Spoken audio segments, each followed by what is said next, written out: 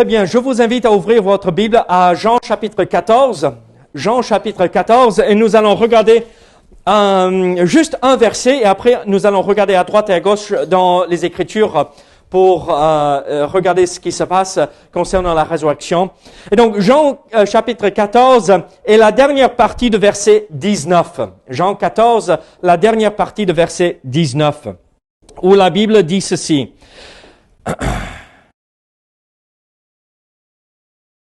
Encore, on va lire tout le verset. Encore un peu de temps et le monde ne me verra plus. Mais vous me verrez, car je vis et vous vivrez aussi. Donc c'est cette dernière partie où Christ dit, car je vis et vous vivrez aussi. Là, pour nous, Pâques, c'est un jour très très important, n'est-ce pas? En grandissant. Quels étaient les 2 jours dans ma vie, et vous pouvez me répondre, quels étaient les 2 jours dans l'année qui étaient les plus importants pour moi en tant que gamin, en tant qu'enfant? Non, pas du tout. Noël et l'anniversaire. Ouais, Noël, les cadeaux et mon anniversaire, encore les cadeaux. Et donc, mais pour nous, en grandissant, oui, tu as raison Dominique, c'est pas les œufs de Pâques, mais c'est en tant que chrétien, Noël et Pâques. C'est ces 2 événements qui sont vraiment importants. Et si on voudrait ajouter un troisième jour, un troisième événement, c'est la naissance de l'Église. C'est l'anniversaire de l'Église, la Pentecôte, quand l'Esprit Saint est descendu et l'Église a démarré. On a vu tous ces milliers de personnes venir au Seigneur. Mais pour nous, Noël, c'est important, mais Pâques aussi. Et la Pâques n'est pas juste là pour se rappeler de sa mort et tout ce sacrifice sanglant. Pâques est là afin de se rappeler de ce que nous avons reçu grâce à ce sacrifice de Jésus-Christ. Merci Seigneur pour ce sang qui a coulé sur ce bois infâme, parce que c'est par ce moyen que le pardon du péché est possible. Et alors, pour vous et moi, quand nous pensons à Pâques, quand nous réfléchissons sur tous ces événements, oui, très souvent, on s'arrête sur la souffrance. On est humain. On s'arrête sur ces choses. Mais n'oublions pas qu'il est ressuscité. Là, dans la nuit de samedi à dimanche matin, Christ est sorti du tombeau victorieux et la mort n'a plus de pouvoir sur lui, mais non plus sur nous, si nous avons placé notre foi en Jésus-Christ. En fait, la mort physique, on vient d'avoir un enterrement là avec notre frère Paul qui nous a devancés pour aller au ciel. Et en fait, c'était juste une porte qu'il a ouverte. Il a franchi le seuil. Et là, ce matin, quand je me suis réveillé au milieu de la nuit, comme j'ai dit aux hommes hier matin, si vous vous réveillez au milieu de la nuit, pensez que Christ est ressuscité. Et la première pensée qui est venue, Christ est ressuscité, mais ceux qui nous ont devancés le voient de leurs propres yeux. Il est assis à la droite du Père. Et alors, qu'est-ce que cette vie que nous avons en Christ, qu'est-ce que cela nous accorde? Vous savez, ça c'est une grande question. Mais pourquoi venir et devenir chrétien? Pourquoi placer sa foi en Jésus-Christ? Qu'est-ce que ça fait? Qu'est-ce que ça accomplit? Et vous savez, en réfléchissant sur la réalité de Pâques, que Christ est vivant, et nous aussi, si nous avons accepté Jésus-Christ comme sauveur, ça change tout, n'est-ce pas? Ça change notre vie entière, ça nous transforme, ça fait en sorte que nous sommes, quand les Écritures disent, nous sommes devenus des nouvelles créatures. On est cette nouvelle création. Les choses anciennes sont passées, les choses nouvelles sont arrivées en Christ. Alors, quelle grande bénédiction! Mais quelles sont ces choses nouvelles que nous avons reçues? Quelles sont ces choses qui nous permettent de vivre avec lui? Il est vivant, alors qu'est-ce que nous avons reçu de cette vie qu'il a acquis? En fait, la première chose que moi je vois, basée sur la résurrection de Christ, et quand nous venons et nous plaçons notre foi dans cette œuvre parfaite, accomplie une fois pour toutes, qu'est-ce que nous recevons? La guérison spirituelle. la guérison spirituelle. Là, on était malade, même mort spirituellement parlant. La Bible nous dit dans Romains chapitre 3 et Romains chapitre 6, les versets 23 de chaque chapitre, le salaire du péché, c'est la mort. Et nous sommes tous pécheurs. Et alors, qu'est-ce que nous voyons à travers cette résurrection, cette puissance qu'il a ressuscité des morts? C'est la même puissance qui nous donne cette guérison. J'ai entendu un pasteur prêcher un message, il a raconté cette histoire. Il y avait un homme en Russie qui s'appelait Sacha. Ça, c'est pas étonnant, hein? Non, Sacha. Mais c'était un cambrioleur, comme certains d'entre nous. Il n'avait pas d'argent. Il avait vu une église russe orthodoxe. Il a dit, là-dedans, je sais qu'il y a de l'or. Là-dedans, je sais qu'il y a des choses que je pourrais prendre et revendre. Et donc, il est passé par le toit pour entrer dans l'église. Et en descendant la corde lui a lâché. Il est tombé, il a cassé, fracturé ses jambes en tombant. Mince alors, il est coincé dans l'église avec des jambes cassées. Qu'est-ce qu'il va faire? En attendant les policiers, parce que forcément ils ont vu la vitre cassée pour entrer par le toit, il commençait à contempler les images, les cadres, les peintures. Et ce qui est merveilleux, ce n'est pas qu'il a accepté une religion, d'accord? Mais ça l'a forcé à réfléchir, mais si ces gens consacrent autant à tout ceci, il faut que je vois ce que ça signifie. Et après avoir été arrêté par la police, mis en prison, en attendant son jugement, de passer son moment de passer devant le juge, il a rencontré le Seigneur Jésus-Christ. Et il a été relâché en attendant tout ce processus, les tribunaux et tout cela. Et il y avait 1 an, 2 ans qui se sont écoulés entre-temps. Et quand il est arrivé devant le juge, vous savez ce qui s'est passé? Et là-bas, c'est sévère quand on est attrapé en train de voler. Le juge l'a laissé partir, sans peine. Parce qu'il avait vu un homme qui avait rencontré le Seigneur Jésus-Christ, qui a eu cette guérison spirituelle et qui n'était plus le même homme, qui n'était plus ce voleur, mais un homme qui, en fait, commençait à servir son Seigneur. Et en servant le Seigneur, il a été une bénédiction dans la communauté où il se retrouvait. Et vous savez, ce même homme qui volait ces choses d'une église, aujourd'hui, il dirige une école de disciples, pas des pasteurs, mais des gens qui veulent découvrir la Bible dans une église comme la nôtre. Ça a changé cet homme complètement. Pourquoi? Parce qu'il avait reçu la guérison spirituelle. Encore pas parce qu'il est tombé dans une église orthodoxe, et pas parce que l'église orthodoxe est une religion. Non, non, et ça a fait en sorte qu'il réfléchisse à toutes ces choses-là pour qu'il aille découvrir ce que la parole de Dieu nous dit. Et il a découvert Christ. Il a reçu cette guérison spirituelle. Il a reçu ce don magnifique.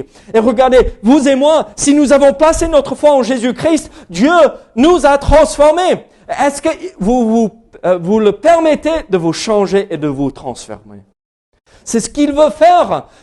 Il veut changer votre vie passée et la former et la remodeler en quelque chose de bien et une bénédiction. Même la vie passée qu'on aurait peut-être honte d'étaler devant tout le monde aujourd'hui, c'est pas moi qui va vous dire tout ce que j'ai fait, les bêtises en grandissant, hein. Mais Dieu peut se servir de ces choses pour être une bénédiction pour ceux qui cherchent Christ.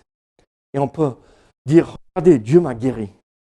Dieu m'a sauvé malgré ce passé que j'ai eu. Qu'est-ce que nous recevons de la guérison spirituelle? Nous recevons aussi l'espoir.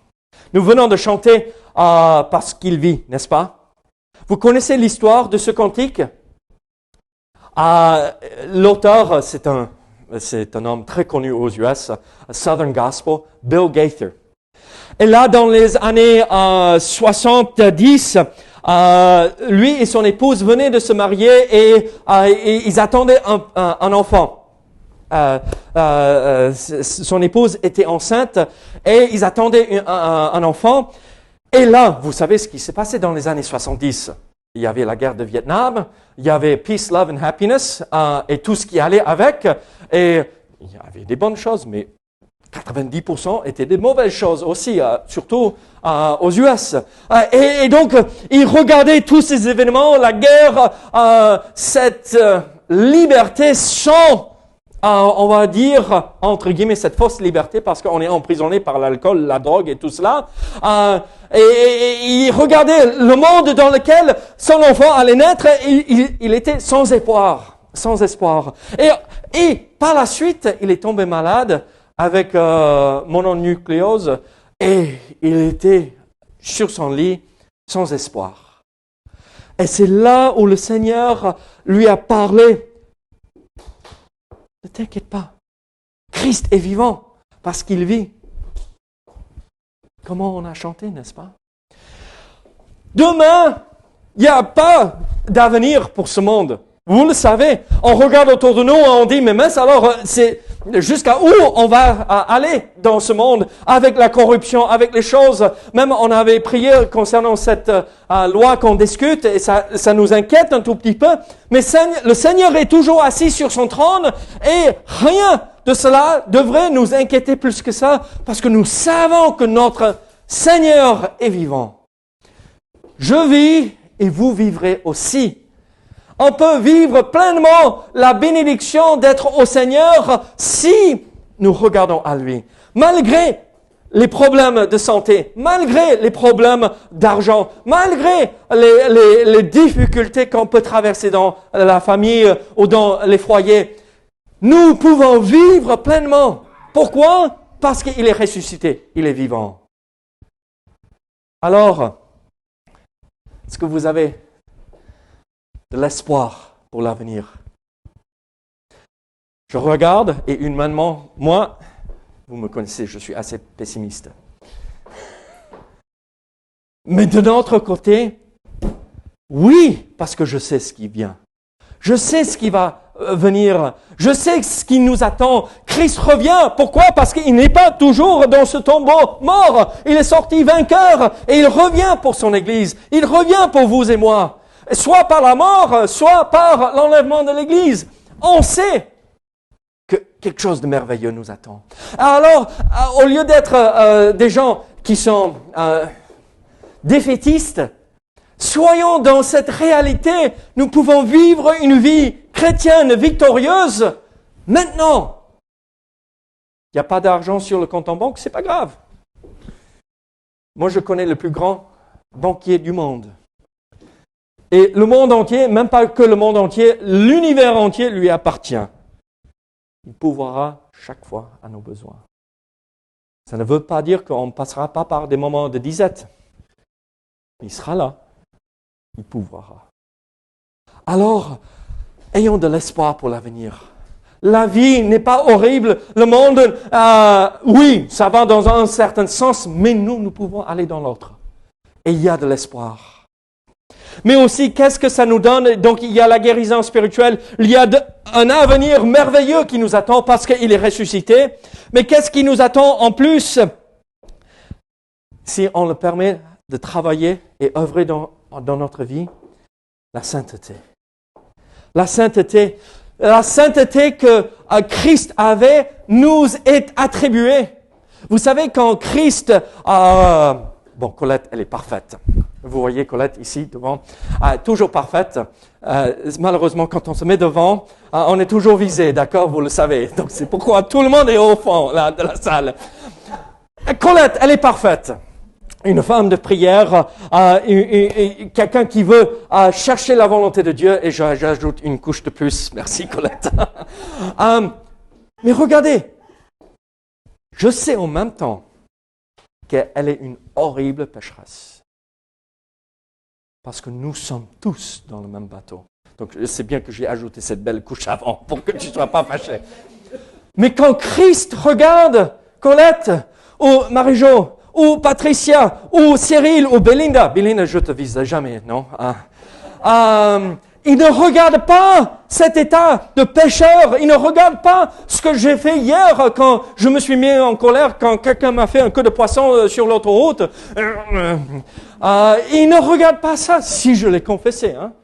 D'accord? Si nous confessons nos péchés, il est fidèle et juste de nous les pardonner.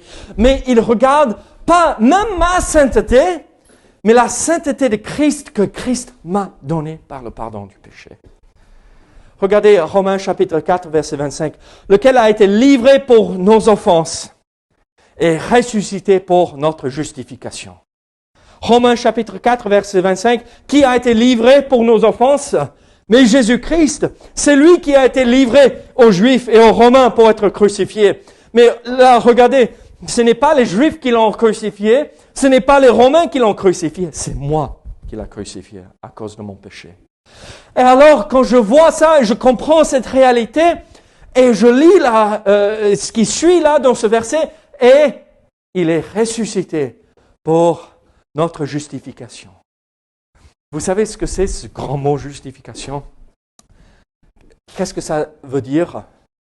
Vous êtes dans l'église assez souvent, hein? Vous savez être déclaré juste.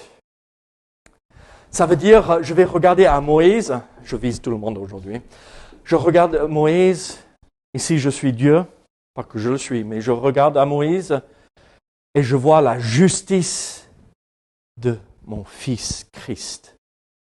Et pas sa propre justice, la justice de ses parents ou de ses frères ou ses sœurs, mais la justice que Christ a dans sa sainteté, sa perfection, donne et met sur mon compte. Mais regardez, alors si nous avons reçu cette justification, si nous avons reçu cette sainteté de la part du Seigneur, en venant et en étant lavés par le sang de Jésus-Christ de nos péchés, alors il faut vivre cette vérité. Arrêtons-nous de tomber dans le péché, éloignons-nous de ce monde qui nous amène dans des choses horribles qui détruisent cette relation avec le Sauveur. Soyons sûrs que oui, on a reçu la justification et vivons pleinement cette justification. Ne permettons pas que les choses de ce monde entrent dans notre vie pour détruire ce que nous avons reçu de la part de notre Sauveur. Il a tellement payé cher, comment puis-je moi détruire ce qu'il a fait et a accompli? Là, on a pas mal d'enfants ce matin. Vous savez, j'étais avec quelqu'un samedi et cette phrase est sortie, on ne peut jamais donner un beau cadeau à nos enfants parce que ils sont durs avec les jouets, hein? Ils les cassent, ils les salissent et ça dure 1 mois et c'est fait. Et moi, je rigolais. Bienvenue à la vie avec des enfants. Hein?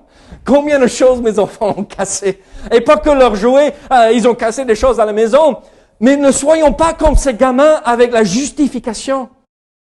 Soyons pas comme ces enfants qui salissent ce don merveilleux que nous avons reçu en Jésus-Christ, la justification, le pardon de nos péchés. Sommes-nous comme ces enfants, en jouant dans ce monde, on salit ce que Dieu nous a donné par sa résurrection. Il y a la guérison spirituelle, il y a l'espoir pour l'avenir, il y a la sainteté, la justification. Mais regardez, il y a une autre chose, la joie. La joie. Vous savez ce qui m'attriste le plus? C'est, Mélisse et moi, on a fréquenté beaucoup d'églises en grandissant. Nos pères étaient pasteurs, donc on a quand même, on était baignés dans ce milieu-là. J'ai eu l'occasion de prêcher dans plus de 250 églises différentes dans ma vie. Quelle grande bénédiction! Et donc, on voit un peu de tout dans ces 250 et plus d'églises, n'est-ce pas? Et vous savez ce qui m'attriste le plus? quand on rentre dans une église et on dit, mais mince alors, est-ce qu'ils sont vivants là? Et, mais qu'est-ce qui se passe? Mais pourquoi personne ne se parle pas? Mais pourquoi? Et c'est l'orgue. Mais l'orgue est joli, mais c'est que ça. Et on est à des obsèques ou quoi? Mais Christ est vivant. Il m'a pardonné. J'ai la vie éternelle qui est devant moi. Mais pourquoi je suis triste? Pourquoi je suis dans le deuil? Non, mais la joie est possible parce que Christ est ressuscité. Il a vaincu la mort. On n'a plus besoin d'avoir peur de la mort. On n'a plus besoin d'avoir peur de l'avenir. Il nous donne de l'espoir pour cela. Alors soyons dans la joie. Regardez ce que nous voyons dans Jean chapitre 16, verset 19.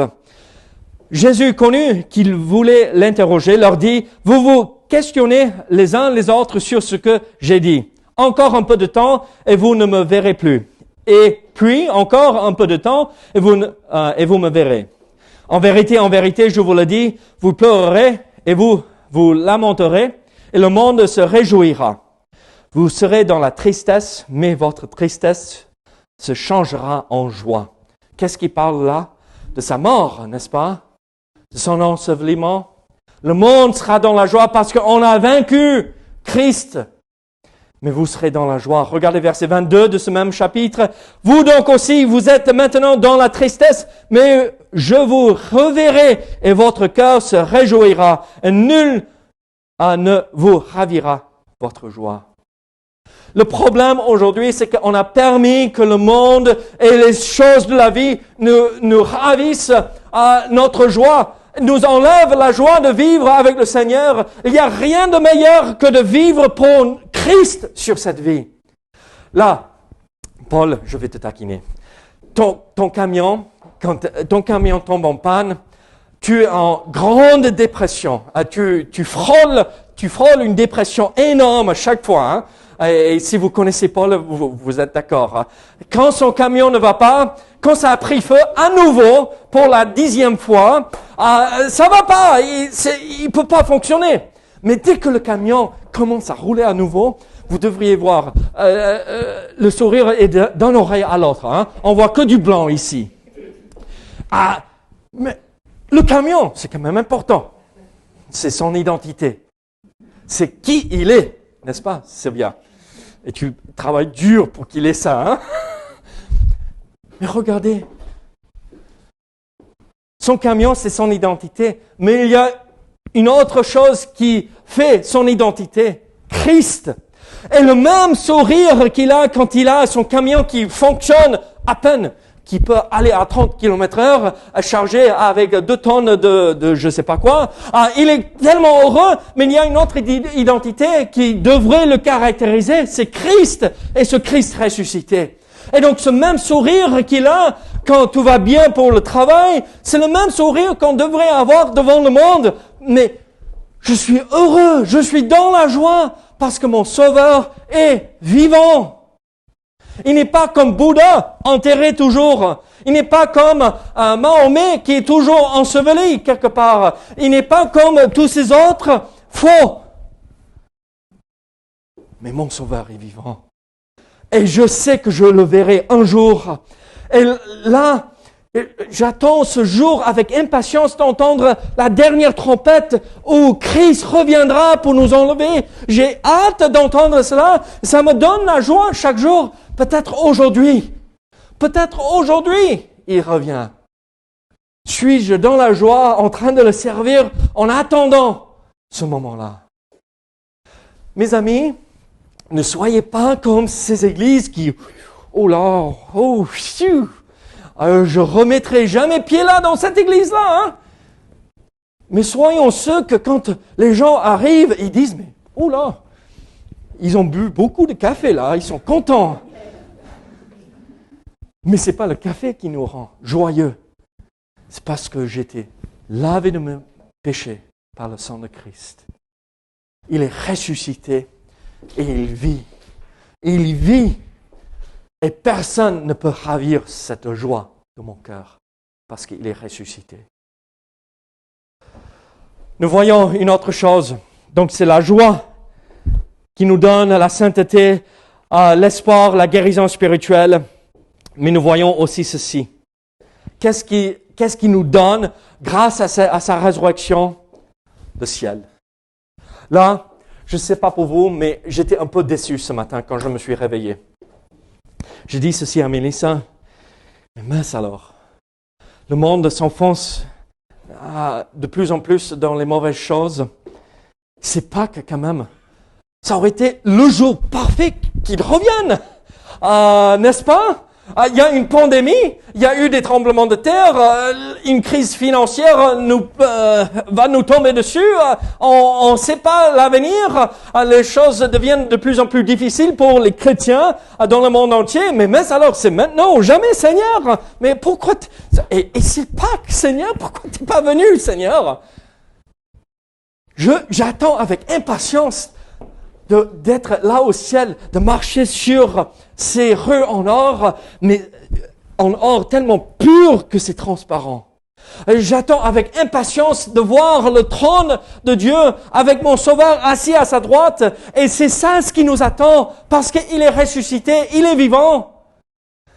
Là, la mort, bon, je ne veux pas mourir maintenant parce que j'ai des gamins à la maison, ils sont trop jeunes, mais un peu plus grand, ou le retour de Christ, ça me va. Mais un peu plus grand, marié, c'est bon. Moi, je suis prêt. Je suis prêt. Je sais avec certitude où je vais. Et il faut que j'amène Mélissa avec moi aussi en même temps. Oui, parce que non, ça serait pas chouette. Mais je suis prêt. Je veux voir le ciel. Et je suis sûr que ça m'attend. Pourquoi?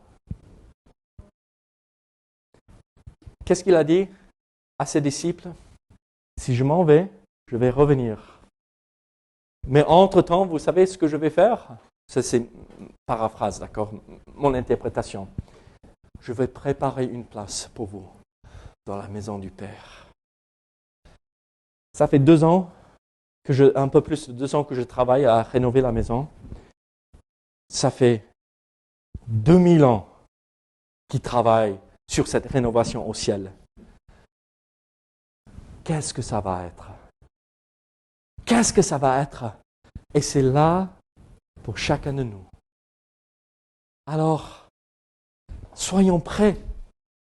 Il est ressuscité, il nous offre le ciel. Il y a une dernière chose. Regardez, là, concernant le ciel, Philippiens chapitre 3, versets 20 et 21. Mais notre cité à nous est dans les cieux, d'où nous attendons aussi comme sauveur le Seigneur Jésus-Christ, qui transformera le corps de notre humiliation, donc ce corps qui est fatigué, en le rendant semblable au corps de sa gloire, par le pouvoir qu'il a de s'assujettir toutes choses. Alors, nous allons recevoir ce corps glorifié. On n'aura plus de problème de genoux, on n'aura plus de problème de dos, on n'aura plus de problème de cœur, on n'aura plus de problème de ceci, cela. On aura ce corps glorifié, on n'aura plus aucun souci. Et le ciel nous attend. Quel moment merveilleux. Pourquoi? Parce qu'il est vivant. Et une dernière chose. Qu'est-ce que nous recevons parce qu'il est ressuscité? Christ lui-même. Le reste, honnêtement, le reste, ce qu'on vient de voir, oui, bon, la justification, c'est quand même important, mais le ciel, l'espoir, la joie, tout ça, ce n'est rien en comparaison avec ceci. J'ai Christ.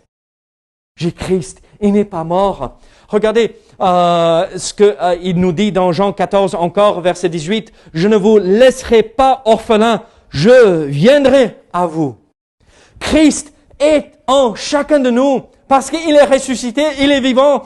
Et oui, on a le Saint-Esprit, mais la Bible nous explique aussi qu'on a Christ avec nous. Christ, mon Sauveur, m'accompagne chaque jour de ma vie. Christ est là avec nous. Quel bonheur de savoir que nous avons ce Sauveur merveilleux.